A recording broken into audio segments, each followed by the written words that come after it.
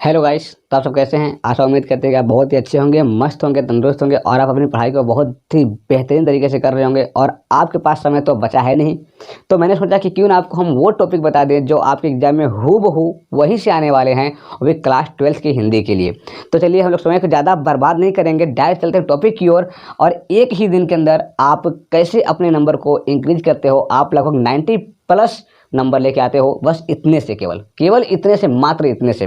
देखिए, आपका जो पहला आपका जो टॉपिक है गद्य में, तो गद्य में टॉपिक क्या है कि संदर्भ प्रसंग व्याख्या आपको लिखने के लिए आता है और वहाँ से आपको 5 क्वेश्चन बनते हैं वहाँ पर, जो कि आपके 2-2 नंबर के होते हैं। तो 5 दूनी 10 नंबर आपको यहीं दिला रहे हैं। देखिए कैसे आएगा। अभी आपको करना क्या है कि आपको पहला पाठ आपको क्या याद करना है कि राष्ट्र का स्वरूप। कौन सा पाठ? राष्ट्र का स्वरूप से तो कन्फर्म पूछेगा, ठीक है ना। इसके साथ ही साथ आपका कौन सा है? अशोक का फूल। और इसके साथ ही साथ आपका क्या है? भाषा और आधुनिकता।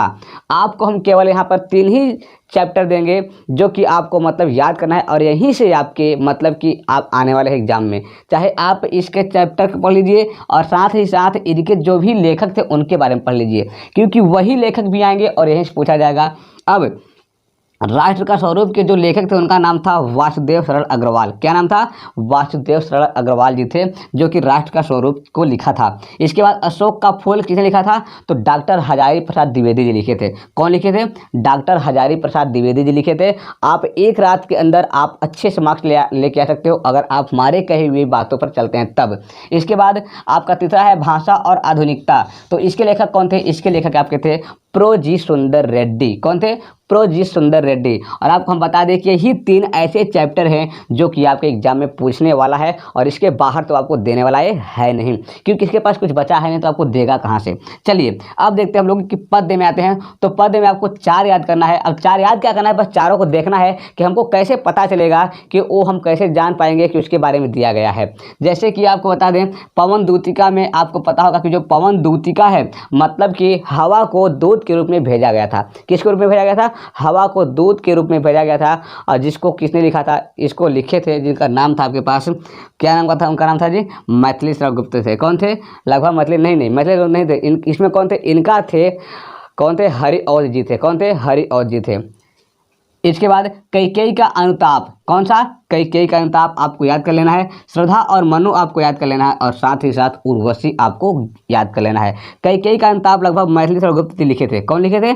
कैकेयी का अनुताप मैथिली शरण गुप्त जी लिखे थे।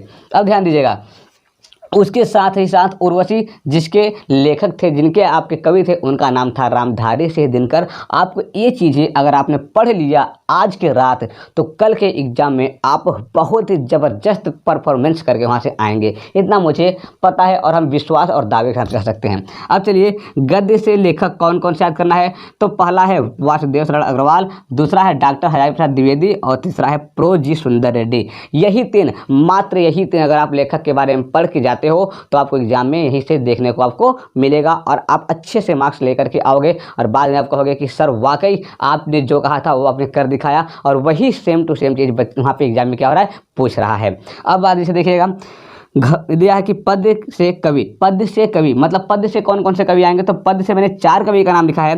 पहला है मैथिली शरण गुप्त, दूसरा है जयशंकर प्रसाद, तीसरा है रामधारी सिंह दिनकर और चौथा है महादेवी वर्मा। यही 4 अगर आपने इन चारों को अगर आपने याद कर लिया आज की रात में तो आपको पूरा का पूरा 90+ नंबर लाने का चांस आपको हम दे रहे हैं, क्योंकि हमने भी कोशिश किया कि आपको कुछ बताया जाए जिससे कि आप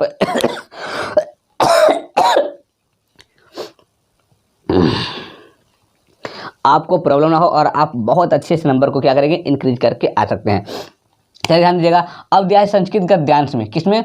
संस्कृत गद्यांश में चलते हैं। तो क्या क्या है यहाँ पर? आपको 2 चैप्टर, केवल 2 ही चैप्टर पढ़ना है। एक संस्कृत भाषाया महत्वम और दूसरा क्या है? जातक कथा। संस्कृत भाषा महत्व में आप देखते ही जान जाओगे कि संस्कृत के बारे में बात किया जा रहा है, क्योंकि संस्कृत जो भाषा है उसके महत्व के बारे में बताया जाएगा। और जातक कथा जो है, जातक कथा में आपको मिलेगा बुद्ध। कौन मिलेगा? बुद्ध। आप बुद्ध जानते हो जो सिद्धार्थ थे, उनके बारे में कहाँ मिलेगा? जातक कथा में मिलेगा। उसके बाद क्या है? आपके संस्कृत पद्यांश में आएंगे तो आपको केवल एक ही चीज़ पढ़ना है मात्र यहाँ पर, क्या? सुभाष तानी रत्नानी। क्या पढ़ना है? सुभाष तानी रत्नानी। आपको इस चैप्टर से पूछा जाएगा और लिखित श्योर है कि यहाँ से पूछा जाएगा। अब खंड काव्य में आपके प्रयागराज के केवल एक ही खंड काव्य होता है जिसको कहते हैं आलोक वृत्त खंड काव्य। कौन सा?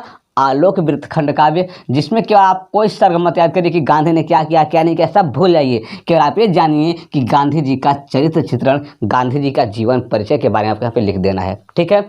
इसके बाद अगर बात करते हैं कि आपके पास और चीज़ें जो आते हैं, ये बहुविकल्प नहीं, ये कक्षा 10 के लिए था, तो आपके यहाँ पर क्या होगा कि हास्य रस, करुण रस, उपमा अलंकार, रूपक अलंकार, उत्प्रेक्षा अलंकार, सोरठा, रोहा, रोला, और साथ ही साथ आप क्या करेंगे, यहाँ पर आपको और भी चीज़ें याद करना है, जैसे कि चौपाई हो गया ना, समास हो गया। तो इन सभी चीज़ों को भी आपको क्या करना है, बहुत ही अच्छे तरीके से याद करके जाना है, ताकि आप एग्ज़ाम में बहुत ही बेहतरीन तरीके से आप वहाँ पर परफॉर्मेंस करके आएंगे, अपना नंबर अपने पास ला करके आएंगे। और आपको हम बता दें, और बताते मुझे बहुत खुशी हो रही कि कल के डेट में आपके सेंटर पर हम खुद मिलेंगे आपसे आकर के। तो चलिए मिलते हैं हम लोग कल सेंटर पे, तब तक के लिए जय हिंद, जय भारत।